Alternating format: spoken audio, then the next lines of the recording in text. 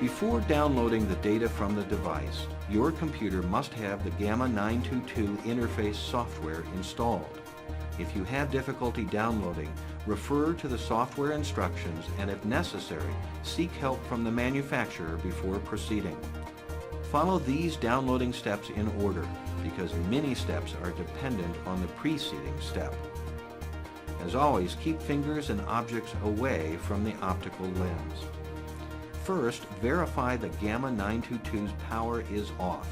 Attach a USB download cable to the 922 and to the computer. Then turn on the 922's power. On the computer, open the Gamma 922 download interface software. At the upper left, click on File and select Download Data from 922. Click on the Save Formatted Data to File button.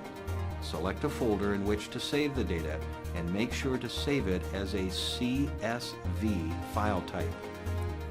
Now launch Microsoft Excel and open the CSV file. Save this file as an Excel spreadsheet to allow merging into the Sign Inventory database and exporting.